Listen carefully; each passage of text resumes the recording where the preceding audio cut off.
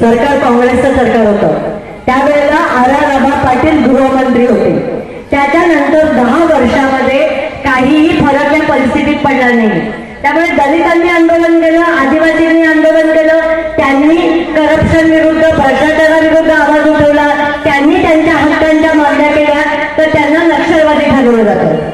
मुसलमान युवकांनी त्यांच्या हक्कासाठी आंदोलन केलं, त्यांच्या बेरोजगारीबद्दल आवाज उठवला, तर त्यांना देशद्रोही ठरवलं जातं. असे खोटे गुन्हे टाकून तुरुंगात डांबलं पोरांना.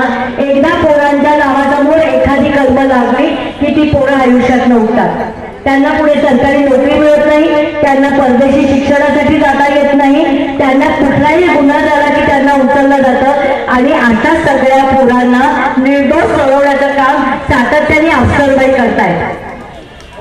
आपल्याला माहितीये की या वॉर्डामध्ये आतापर्यंत आंबेडकर नगरमधून भारिप बहुजन महासंघाकडनं आतापर्यंत आपण 2 वेळा नगरसेवक निवडून दिले.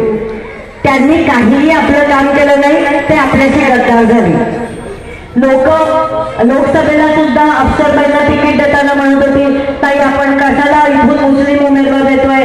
मागच्या वेळेला आम्ही जिद्दीने इम्तियाज जलीलला निवडून दिलं आणि ते आपल्याला गद्दार झाली.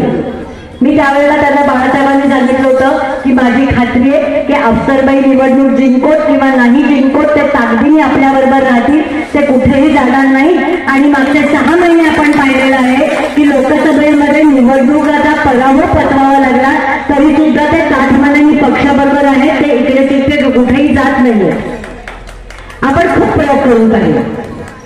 आपले आणि मुस्लिम समाजाचे प्रश्न सारखे आहेत, म्हणून आपण मागच्या निवडणुकीला लोकसभेला आपण MIM बरोबर युती केली. अकोल्यातल्या तमाम बौद्धांनी, वंचित बहुजन आघाडीचे बौद्ध असतील, OBC असतील, कुठलेही कार्यकर्ते असतील, त्यांनी एक पैसा न घेता जिद्दीने इम्तियाज जलील यांना निवडून आणण्याचा पूर्ण ताकद लावला, प्रयत्न केला. आणि हे कोणी आपले कार्यकर्ते सांगत नाहीये, हे स्वतः ओवासी साहेबांनी एकदा सांगितलं होतं की मला औरंगाबादच्या लोकांकडनं काही त्रास झाला नाही, त्यांनी मी पैसे देऊ केले तरी त्यांनी ठेवून घेतले नाही, त्यांनी जिद्दीने इम्तियाज जलीलला निवडून आणलं. आणि इम्तियाज जलीलने काय केलं, निवडून आणले. विधानसभेच्या वेळेला आपली निवडून येण्याची संधी होती, तेव्हा युती तोडली. केवळ युती तोडली नाही तर अकोल्याला बाळापूरमध्ये जिथे आपले MLA होते, तिथे बाळापूर विधानसभा मतदारसंघ हा आपला होता, तिथे बाळापूर विधानसभा मतदारसंघामध्ये आपल्या उमेदवाराविरुद्ध आपल्यातल्याच एका माणसाला पुढून उमेदवारी दिली. आणि इथे मात्र आपण गफ्फार कादरींना पाठिंबा दिला होता. युती आपल्याकडनं नाही तोडली गेली. आपण ज्यांच्याशी वैचारिक युती केली त्यांच्याशी आपण प्रामाणिक राहिलो. आणि म्हणूनच आपण असा निर्णय घेतला की आपल्या पक्षाचा मुस्लिम नेत्याचा चेहरा, आपल्या पक्षाची मुस्लिम लिडरशिप ही पक्ष आपण स्वतः उभे करणार आहोत. आणि त्याचा एक महत्वाचा चेहरा अफसरबाई आहे. आज फारुख अहमद आहे, अफसरबाई आहेत, इम्तियाज नदाफ आहेत, अकोल्यातलं जावेद कुरेशी आहेत, तय्यब जाफर सारखा एक तरुण मुलगा आज आपला प्रवक्ता म्हणून काम करतोय.